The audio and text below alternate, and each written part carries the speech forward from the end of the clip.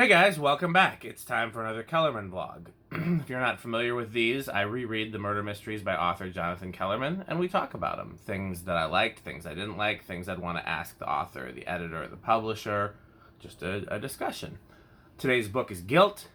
These vlogs are for people that have read the books, but if you haven't, I'll give you a brief synopsis. Keep in mind there will be spoilers later in the notes. So, in this book, Guilt, we have our two main characters, psychologist Alex Delaware and LAP detective Milo Sturgis. The first case they encounter is a baby's body buried that appears to be over 50 years old. And so they have the difficult task of determining was there a crime, and if so, what happened. But then shortly thereafter, a second baby's body turns up, this one recent, and then an adult murder victim turns up, and it all seems to be connected. So the book is about chasing down the connections and solving those crimes, and it takes them into an area that we normally don't cover in these books, which is the world of LA celebrity. So okay, let's talk about the book. So I feel like we've kind of come full circle here, because the earlier books and then what I call the golden era of Kellerman I feel very strongly about. And then the last few books in the more recent era, I like them. They're cool. I don't feel strongly about them. There are no strong likes. There are no strong dislikes. They're just cool. And we're back to a book with strong likes and dislikes. And so I feel like that's when Kellerman's at his best, when there's things that I really like and I really don't like. So I said here in my notes, this book I feel strongly about. There are parts I really like, there are parts I don't like. I think this is true of the better Kellerman books. The story takes several sharp turns, and there's a bit of whiplash. Yeah, there's definitely some parts in the book where you're reading it, you're like, wait, did I miss something? Let me turn back some pages and see if I skipped something. Nope. And it's interesting to have a Kellerman book set in LA, as most of the Kellerman books are, that involves celebrities. Most of his books completely ignore celebrity culture. There's a few that have touched on that before, like with Mason Book and Alex Dement. I can't remember the name of that book. That was Fox. True Detectives, maybe? So, okay, so here are the notes. When Alex shows up to interview Heather, I can't remember her last name, Godfelder, maybe? He said, when her father asks, he says, "My primary concern is for Heather's well-being. I'm not here as an agent of the LAPD or whatever." And it's just an outright lie, and he didn't need to lie. It always bothered me. Like, he's not being called in to see if she's okay. He's called in to help solve the crime, but in the process, he's not going to violate his oath as a medical professional. So, that always bothered me, because the truth would have worked, I think Kellerman really likes Pepperidge Farm. I think he's got a thing for Pepperidge Farm, because in multiple books, when there are people that we, as the reader, are supposed to perceive as classy, if they don't bake home-cooked treats for, having the detectives over, then they will often serve them Pepperidge Farm. And makes me think of the Mitch Hedberg bit. You unwrap it and it's still wrapped. You got to unwrap it twice. So I think Pepperidge Farm is a thing. I think he likes Pepperidge Farm, and that's kind of being projected.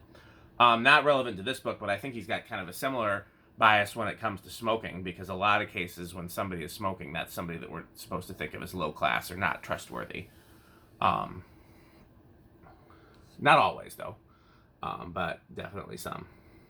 Okay. Why was Jimmy Atcherman a lifelong bachelor? We know about his injuries, but that doesn't preclude him from getting married and even having a sexual relationship. The spoiler is that he had a war injury that damaged his privates. But, I mean, I'm sure plenty of women would be happy with a marriage that just had, her receiving oral and companionship, and even if he couldn't get any physical pleasure of that sort, it's better than being alone. I mean, I've been married 10 years now, and I like the companionship more than having, in-house sexual stuff, I like both, don't get me wrong, but it's coming home to somebody every night that's the best part of it for me. And he could have had that. I don't think, I know that there's probably a lot of stigma about dating, and but I feel like it could have worked for him. So anyhow, does Kellerman dislike activists?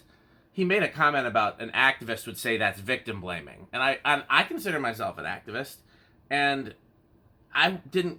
I didn't think it was victim blaming. It was something along the lines of, the the adult murder victim seemed to lead a very, very blameless life, and Alex and Milo were discussing, and they're like, well, we better look into her background, and like, well, she seems squeaky clean, but then Milo says she didn't die pretty, and we're supposed to, thinking that that doesn't sound like victim blaming to me. I think maybe Kellerman just has a bone to pick with activists. So, I don't want to go off anymore. That covered that. Keisha Diembo. That doesn't even sound like a real fake name. And some of her other fake names, Simone Chambers, that sounds like a real name. What were they all? Simone Chambers, something Chamboard, which is not a common name. Like, I think sometimes he struggles to write fake names, and I think especially for black people. I think he struggles to write certain things for black people, because that doesn't even seem like a real fake name that a black person would take on, and it doesn't really seem like a real African name either, which is what it's supposed to be a fake version of. Okay, I've talked a lot in these vlogs about the Delano Hardy timeline, because his marriage timeline does not really seem to line up with the books. And in this book, he's retired and married to the same wife who does not like Milo. But in previous books, he split from his wife, and then this wife didn't like Milo, and so I'm going to create a timeline the next time I read through it. We're going to have the Del Hardy timeline. On to the big questions. Who are Prima and Donnie based on? My gut feeling for Prima, and I did a lot of Googling and went down a lot of internet rabbit holes and trying to figure out if this checked or not. My gut for Prima is Angelina Jolie. And it's not just because of all the adopted children. There's a few other female celebrities I could think of that adopted a cornucopia of different colored children. But multiple things about her kind of give me Angelina Jolie vibes, which is interesting because I like Prima in this book. I really like her as a character. I'll touch on that later, but I don't dislike Angelina Jolie, but there's nothing about her that I really like. And if she is Angelina Jolie and we're going true to real life, then Donnie would either be Billy Bob or Brad Pitt. Neither of those really seem like a strong fit. Billy Bob would be a little bit closer, I guess, but really neither one. So that's really my big question in this book, because I want to know who those are based on. Okay, what is passion power? It's referenced as like a film project or something like that, and it's just a throwaway line, but either it's a completely made-up project that's only referenced once, because I couldn't find it anywhere else in the book, or it's something real that I've never heard of and couldn't find on the web, so I don't really know where to go with that. Another big note. The meeting with the chief is one of my favorite things about this book. I look forward to that when I get to this book. I'm like, oh, this is the book with the meeting with the chief that I really like. There's two things I really like about this book, and one is Prima, and the other is this meeting. It's the best window of those characters together that I think any of the books have. It shows a lot about Milo. It shows a lot about Alex. It shows a lot about the chief. It shows the workings of their relationships. It's just a really great scene. It's well written, and it's just really a great homage to those characters. And I love that scene. And that's the version of the chief that I like to see. Okay, I said this before, but I got it on the notes here. I really like Prima. I hope she'll show up in a future book. And so far she hasn't, but hopefully there'll be more books. That's it for the notes. Next up is Killer, which is another book I have really strong feelings about. Definitely we're going to talk about how,